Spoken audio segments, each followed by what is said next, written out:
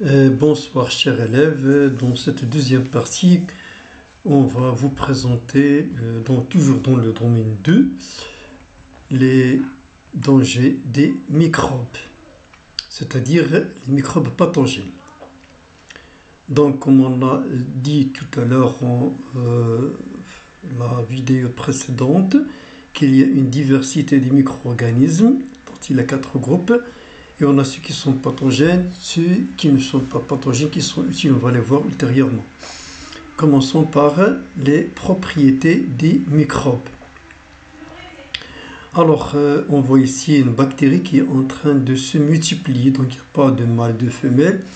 Chaque bactérie, à l'âge adulte, il va se diviser en deux. Et c'est ça la multiplication de cela, ainsi que chez les paramécies. Ça pour la levure de bière, on va voir comment va-t-il se reproduire, et pour aussi les moisissures.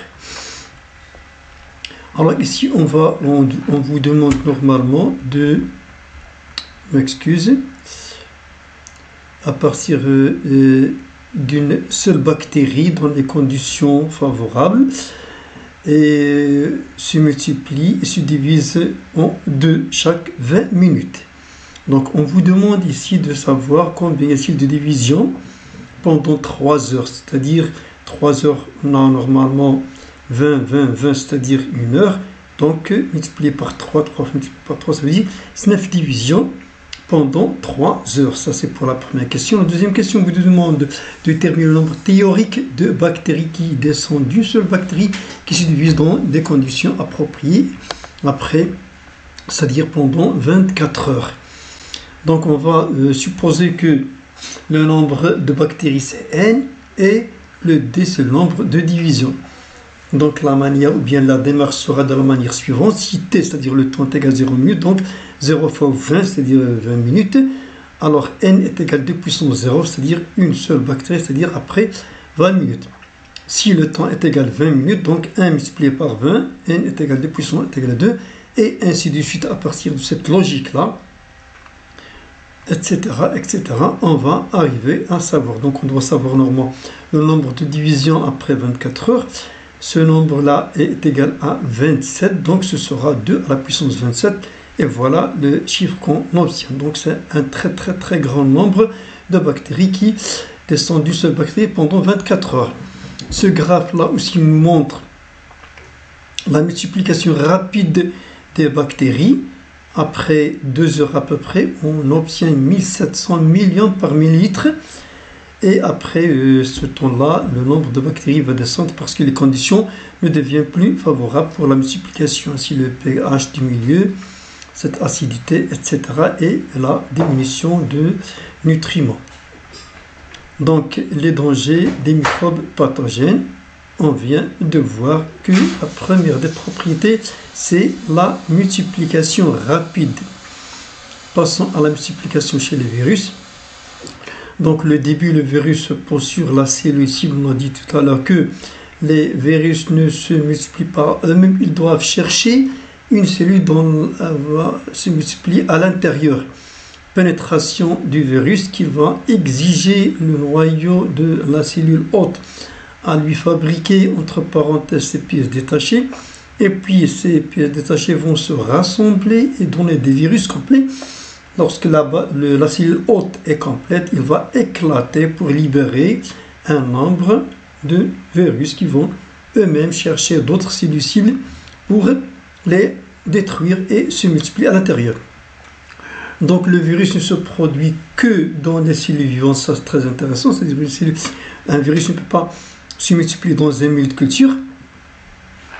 Donc certains virus se distinguent par leur capacité à changer, c'est ça leur danger, rapidement de forme, ce qui rend difficile le contrôle de leur traitement et donc leur propagation sous forme d'épidémie.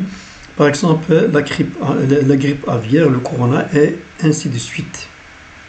Donc deuxième propriété après la multiplication rapide, c'est la variation génétique. Donc autre mode de reproduction, la reproduction par sporulation chez les champignons, plutôt chez les moisissures, et voilà, par les spores. et la multiplication par bourgeonnement chez la levure de bière, c'est-à-dire la levure que vous utilisez pour la fabrication du pain. Donc on observe ici qu'il y a un petit bourgeon qui lui va grandir et puis va se détacher de la cellule mère et lui aussi va former un bourgeon, et etc. etc. Alors maintenant on va voir autre chose du danger des micro-organismes. Prenons l'exemple du tétanos, cette personne qui a été attaquée par la bactérie tétanique. Donc ça c'est le bacille tétanique, c'est caractéristique, on va la voir. Donc pour cela on a injecté 1 millilitre de culture de bacille tétanique. Deuxième groupe nous a injecté de souris 1 millilitre de filtrat de culture, c'est-à-dire après filtration de semi-culture. Le corps de la bactérie est resté sur le papier, mais seulement une substance qui va être injectée. Et troisième groupe, 1 millilitre d'eau distillée. C'est l'expérience témoin. Pour le premier et deuxième groupe, normalement, c'est la mort des souris, alors que le troisième groupe, elle est restée vivant. Donc on peut en déduire que le bacille tétanique il est mortel. Par quoi? Par la production d'une matière qui s'appelle la toxine, qui est transportée au système nerveux par le sang et qui va le transmettre vers les muscles qui vont se contracter et l'apparition des signes du tétanos. Pour vous donner une idée sur le degré de toxicité des toxines par rapport au venin de la vipère, je m'excuse. Donc ici pour la dose mortelle pour l'homme c'est 0,0006, alors que pour le venin de la vipère 4 mg qui est mortel. Donc la toxine des tétaniques ou bien du botulisme ou bien de la diphtérie sont très dangereuses que le venin de la vipère. Donc le danger des toxines bactériennes, il existe des bactéries anaérobies, c'est-à-dire qui ne vivent pas dans un milieu où il y a de l'oxygène et se multiplient dans les plaies profondes, et à partir d'elles, elles sécrètent leur matière pathogène, c'est la toxine, qui est transportée par le sang vers le système nerveux, ce qui conduit à la contraction des muscles du corps et par conséquence la mort de la personne atteinte. Donc troisième propriété, la production de toxines. La dernière propriété, il y en a normalement une expérience qui a été réalisée par un savant. Il a constaté qu'il y a normalement des pneumocoques avec capsule, mais d'autres pneumocoques, ce sont des bactéries sans capsule. Donc pour savoir quelle est la différence, pourquoi il y a ces deux types de bactéries, il a injecté au premier groupe une de pneumocoques avec capsule, deuxième groupe sans capsule. Le résultat, la mort du premier groupe et la survie du deuxième groupe. Cela veut dire que la capsule est l'une des propriétés de toxicité chez les bactéries. Donc la possession de la capsule. Alors on va passer pour la dernière partie, les microbes utiles dans notre vie. Donc il y a normalement quelques domaines que j'ai cités ici. Alors dans le monde de l'agroalimentaire, on a la fabrication du yaourt, la fabrication du pain, la fabrication alcoolique. Donc il y a la bactérie Lactobacillus qui normalement transforme le lait en yaourt par exemple. Il y a des champignons microscopiques, des levures qui entrent dans la fabrication du pain. Dans le domaine de la médecine, il y a la fabrication d'antibiotiques qui a été découvert par Alexandre Fleming, la pénicilline, par le Penicillium notatum. Donc, autre domaine, dans l'agriculture, normalement, il y a des nodosités au niveau des racines des plantes, des légumineuses.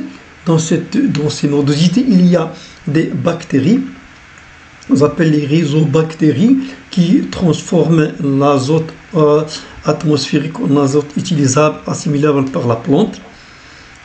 Pour notre corps, il y a ce qu'on appelle les microbiotes, c'est l'ensemble des micro-organismes, bactéries, parasites, champignons, pathogènes qui vivent dans un environnement spécifique dans notre corps. Donc ils sont très utiles dans notre corps. Alors, on va essayer de vous donner un résumé bref. Donc les microbes, on les trouve sur plusieurs supports, les aliments, les objets, l'air, l'eau, le sol. Et on a normalement 4 groupes qu'on a cités. La première vidéo, les bactéries, les champignons microscopiques, les virus et les protozoaires.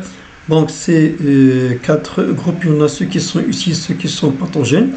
Donc les caractéristiques des microbes pathogènes, on les a cités dans ce résumé. On va vous les reprendre. Il y en a la multiplication rapide, production de toxines, la possession de capsules et la variation génétique chez les virus. Merci pour votre attention. Donc on va vous laisser comme d'habitude avec Jules Verne qui dit que la science, mon garçon, est faite d'erreurs, mais d'erreurs qu'il est bon de commettre car il mène peu à peu à la vérité. Bon courage, à la prochaine fois, Inch'Allah.